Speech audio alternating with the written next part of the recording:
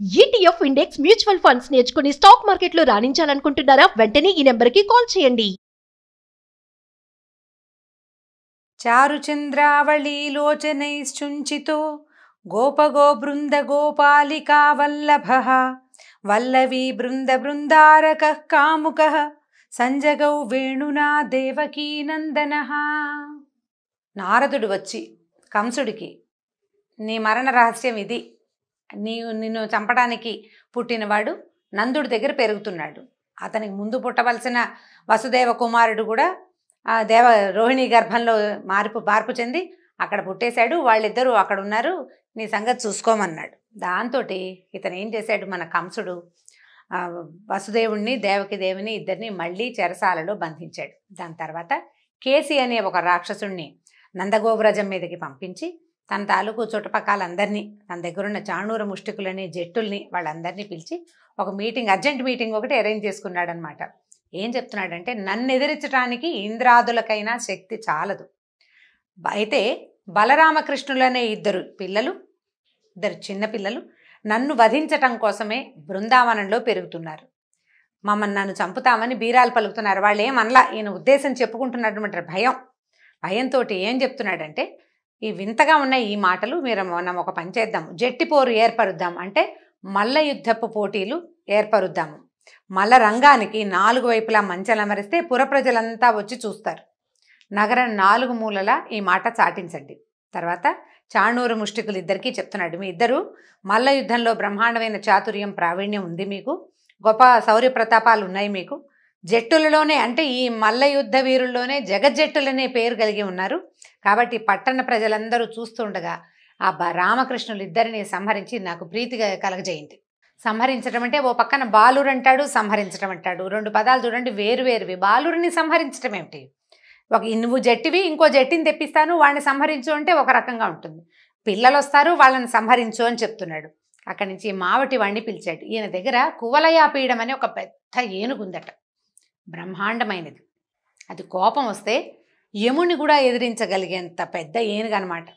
దాని పేరే కువలయాపీడం, అంటే భూమిని పీడించగలిగేది. కువలయము అంటే భూమి, అంత పెద్దది, నడగొండలాగా ఉంటుంది. ఆ మావటివాడు పరమ క్రూరుడట, ఆ ఏనుగుని నడిపేవాడు. వాడికి ఏం చెప్పాడంటే, నువ్వేం చేస్తావు, మన భవన ద్వార సమీపంలో ఉన్న అలాన స్తంభం దగ్గరికి వస్తారు, వాళ్ళు పిల్లలు వస్తారు కదా, గోపబాలురు వచ్చినప్పుడు నీ ప్రతాపాన్ని చూపించు. దీన్ని ఏం చేస్తావు, ఈ కువలయాపీడాన్ని బాగా అదిలించి వాళ్ళ మీదకి పంపించు. కువలయాపీడంతో తొక్కించి చంపేసేయాలి పిల్లల్ని అని చెప్తున్నాడు. అక్కడి నుంచి ఏం చేశాడు, చతుర్దశి నాడు విజయం కోసం వైభవోపేతంగా ధనుర్యాగం చేద్దాము, రుద్రుడికి ప్రీతిగా జంతు బలులు చేయండి అని రకరకాల పనులు. ఒక్కొక్కళ్ళకి చానూరు ముష్టికులకేమో పిల్లలు వస్తారు, వాళ్ళతోటి యుద్ధం చేసి వాళ్ళని చంపేయమన్నాడు. మావటికేమో 2 గోపబాలురు వస్తారు, వాళ్ళు నీ దగ్గరకు వచ్చినప్పుడు ఏనుగుని ప్రేరేపించి తొక్కిచ్చేసేయమన్నాడు. ధనుర్యాగం చేయమన్నాడు. అక్కడి నుంచి జంతు బలులు చేయమన్నాడు. ఇవి ఒక పెద్ద ప్రోగ్రాంకి ఎవరెవరు చేయవలసిన పనులు వాళ్ళందరికీ చెప్పాడు. చెప్పిన తర్వాత మనం మొదటే చెప్పుకున్నాం, యాదవులు చాలామంది రకరకాల దేశాలకి పారిపోయారు. పారిపోయే అవకాశం లేని వాళ్ళు ఇతన్నే రాజుగా మన్నించి అతని క్రూరత్వాన్ని సహిస్తూ అక్కడే ఉండిపోయారు. ఆ యాదవులలో ముఖ్యుడు వసుదేవుడికి కజిన్ బ్రదర్ అయిన అక్రూరుణ్ణి పిలిచాడు. అన్నదమ్ముడవుతాడు ఆయనకి. అతన్ని పిలిచి ఏం చెప్పాడంటే, ఇప్పుడు నువ్వు చాలా గొప్పవాడివి, నీకు సార్థక నామధేయం, నువ్వు ఏ క్రూర కర్మలు చేయవు, క్రూర కర్మలు చేయని వాడు కాబట్టి అక్రూరుడివి, నీతో ఎంత స్నేహమైనా చేయొచ్చు, అందరితోటి కలిసిమెలిసి ఉంటావు. నందవ్రజంలో 2 బాలురు ఉన్నారు, బలరామకృష్ణులని, వాళ్ళని ఉపాయంతో తెచ్చి నాకు అప్పచెప్పు, వాళ్ళని తీసుకురమ్మన్నాడు. ఏంటంటే, దేవతలు నాకు భయపడి వేడుకుంటే విష్ణువు ఈ వసుదేవుడికి కృష్ణుడుగా జన్మించాడని నేను ఒక ప్రథ విన్నాను, చాలామంది చెప్పుకుంటున్నారు అట్లా. కాబట్టి నువ్వేం చేస్తావంటే, ఈ గోకులానికి వెళ్ళి ధనుర్యాగం చూడడం కోసం రమ్మని వాళ్ళని పిలుచుకురా. నందాదులైన గొల్లపద్దలకు చెప్పు. వాళ్ళందరూ ఏం చేస్తారు, ఏటా 6 నెలలకు ఒకసారి అట్లా కప్పం కట్టడానికి వస్తారు కదా, కప్పం కట్టవలసిన సొమ్మును చెత్తపుచ్చుకుని ధనుర్యాగం కూడా చూద్దురు కానీ రండి అని పిలువు వాళ్ళని అని చెప్పాడు. చెప్పి ఇంకా ఏం చెప్తున్నాడు, ఇప్పుడు నేనేం చేయదలుచుకున్నానంటే, వాళ్ళిద్దరూ నన్ను చంపడానికి ఉద్యుక్తులుగా ఉన్నారు. వాళ్ళల్లో కృష్ణుడు నన్ను చంపేందుకే విష్ణువు కృష్ణుడుగా పుట్టాడన్నమాట నాకు తెలిసింది.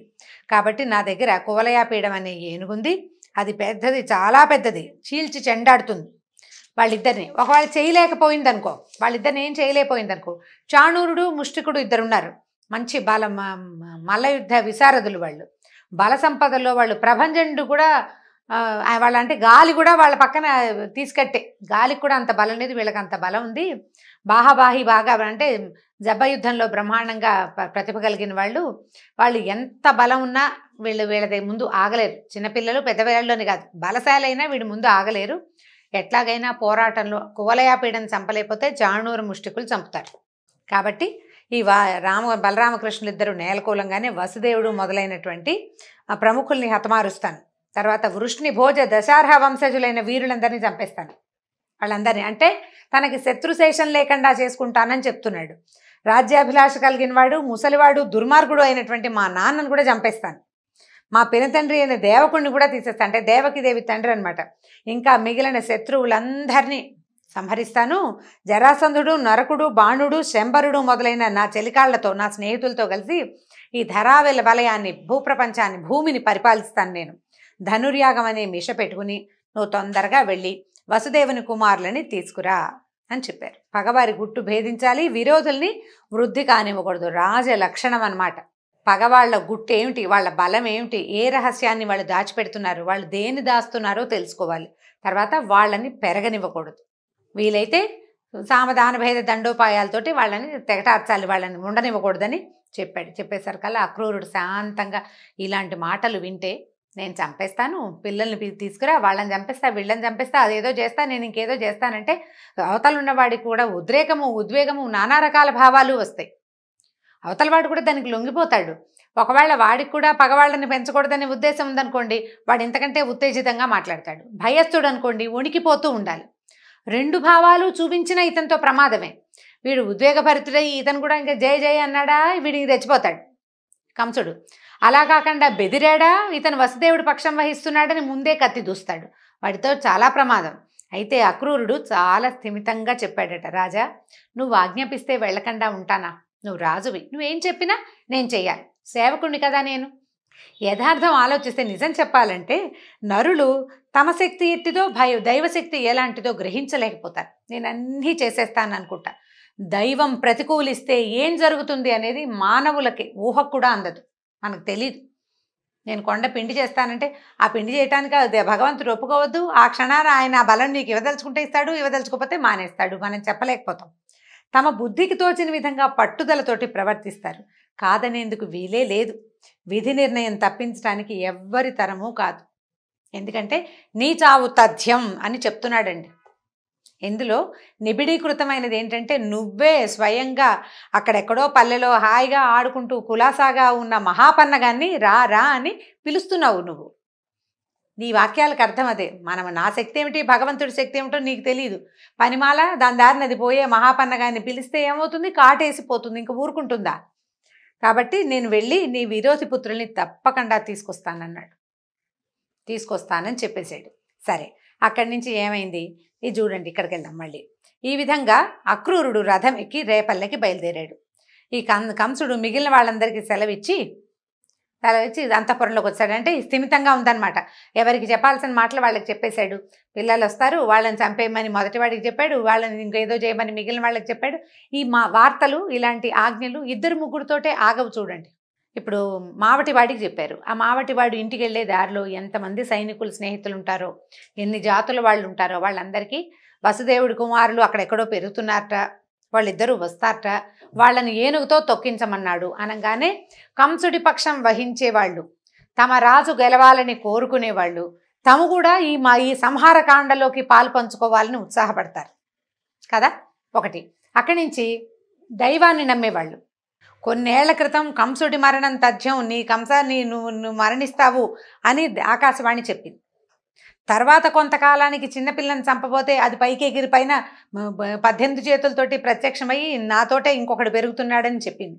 కాబట్టి వీడు చావు వచ్చేస్తోందనమాట అని ఉత్సాహపడి ఆ రాబోయే మృత్యుదేవత ఎంత సౌందర్యవంతంగా ఉందో చూడడం కోసం ఇంకొంతమంది సిద్ధంగా ఉంటారు. ఇట్లా ప్రచారం జరిగిపోతుంది. షాణూరు ముష్టికులకు చెప్తే వాళ్ళు ఎందుకు ఊరుకుంటారు? వాళ్ళ చుట్టుపక్కల ఉన్న వాళ్ళందరికీ వాళ్ళు చెప్తారు. ఈ మధురా నగరం అంతా అట్టుడికిపోయినట్టు అయిపోయింది. అందరికీ తెలుసు ఏదో జరగబోతోంది. ఆ రాబోయేవాడెవడు, బాలకుడు కంసుణ్ణి ఎట్లా వధిస్తాడో చూడాలనుకుంటున్నారు కొంతమంది. కంసుడు మా సామాన్యుడు కాదు, ఎంతమందో రాక్షసులతోటి ఉన్నాడు, కాలయవనుడి అంశ వీడు, కాబట్టి వీడే ఆ పిల్లాన్ని ఏదైనా చేస్తాడేమో, తర్వాత కంసుడే జయించాలి అని కోరుకునే శాతం కూడా ఉంది కొంత. వీళ్ళందరూ మంచి రెడీగా సన్నద్ధంగా ఉంటున్నారనమాట. అక్కడి నుంచి చూడండి, ఈ విధంగా చెప్పి ఈ విధంగా మాట్లాడిన తర్వాత అక్రూరుడు రేపల్లెకి బయలుదేరాడు. ఈయన వెళ్ళి అంతఃపురంలో రెస్ట్ తీసుకుంటున్నాడు. ఇంద్రుణ్ణి వరుణుణ్ణి మించినవాడు, శౌర్యానికి సముద్రం లాంటివాడు అయినటువంటి కేసి అనే రాక్షసుడు ఏం చేశాడట, ఒక పెద్ద గుర్రంలాగా రూపం దాల్చి ఆ నందుని మందలోకి ప్రవేశించి సంకటం కలిగించాడు. ఆవుల మందలో సడన్గా గుర్రం ప్రత్యక్షమైతే అలాగే ఉంటుంది, మిగిలిన కంగారు పడతాయి, ఏం జరుగుతుందో తెలియదు. దాన్ని సకిలింతలు, వాడి గిట్టలు నేల మీద తగులుతుంటే భూవలయం ఆదిశేషుడి పడగలకి బరువైపోయిందట. అంత బరువైన పదఘట్టనాలన్నమాట. దాని కాళ్ళు కిందకి పడుతూ ఉండేసరికల్లా భూమి అదిరిపోతోందట. అతని భీతి గొలిపించేటువంటి సకిలింతలు, గుర్రం సకిలిచ్చేసరికల్లా బెదిరిపోతున్నాయట గొడ్లన్నీ. పాపం ఆకాశంలో దేవతలు కూడా ఒకళ్ళనొకళ్ళు గట్టిగా పట్టుకున్నట్టు, అమ్మో ఇంకేదో అయిపోతుందని జూలు అటు ఇటు ఆడిస్తుంటే మేఘాలు ఎగిరిపోయి ఈ దేవతల విమానాలను కొట్టేస్తున్నాయట. అంత విపరీతమైన శక్తిలో ఉన్నాడనమాట. అక్కడి నుంచి అతను నోరు తెరిస్తే పళ్ళు ఎలా మెరుస్తున్నాయంటే అగ్నిజ్వాలల్లాగా మెరుస్తున్నాయట పళ్ళు, తోక యమపాసంలాగా కనపడుతుంది. ఈ దారుణమైన అశ్వాకారంలో ఉన్న ఆ రాక్షసుడి సకిలింతలు వినేసరికి ఆవులు, దూడలు, ఆడవాళ్ళు, మగవాళ్ళు, చిన్నపిల్లలు వాళ్ళందరూ బెదిరిపోయారు. ఆ పల్లె అంతా అరిచి కేకలు పెట్టారు. భయం వేసేసింది. పాహి పాహి అని అరుస్తున్నారు, ఏదో అవుతోంది అని. అప్పుడు సరే అనుకున్నాడు కృష్ణుడు, ఈ బలహీనులైన మందలోని గొల్లని భయపెట్టడం, తరమగొట్టడం నా వంటి వీరుడికి ధర్మం కాదు. ఈ గొల్లపల్లెలో కృష్ణుడు ఎక్కడా అని అసురుడు అంటున్నాడు అని తన్ని వెతుకుతున్నట్ట, కృష్ణుడిని వెతుకుతున్నట్ట. వీళ్ళందరినీ బెదిరిస్తే నాకేమొస్తుంది? అసుర హంత అయినవాడు, రాక్షసుల్ని చంపగలిగేవాడైనటువంటి కృష్ణుడు ఎక్కడున్నాడోనని ఆ గుర్రం వెతుకుతోందట.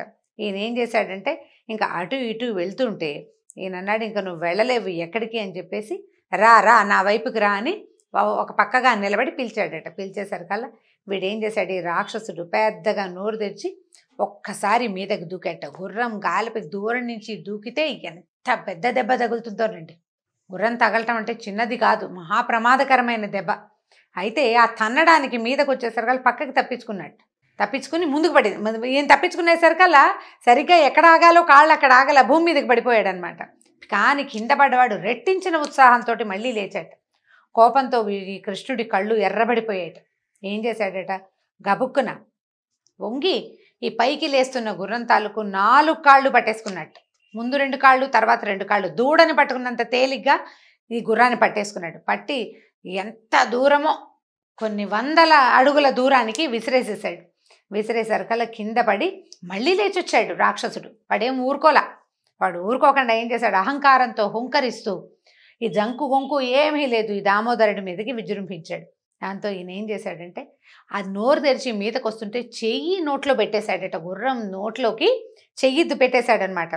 పెట్టి ఏం చేశాడు, ఈ స్తంభం తగిలేసరికల్లా ఈ నోట్లోకి వెళ్ళిన చెయ్యి గర్భంలో గొంతులోంచి పొట్టలోకి వెళ్ళిపోయిందట.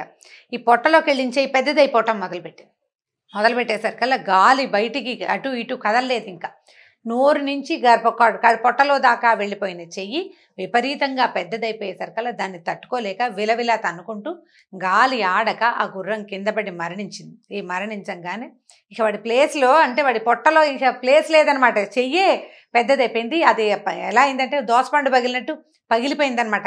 ఈ గుర్రం తాలూకు గర్భం ఢామ్మని పగలటం ఏమిటి, ఈవిడ కింద పడిపోయి రాక్షసుడి యొక్క పెద్ద ఆకారం అక్కడ కనపడడం మొదలుపెట్టింది.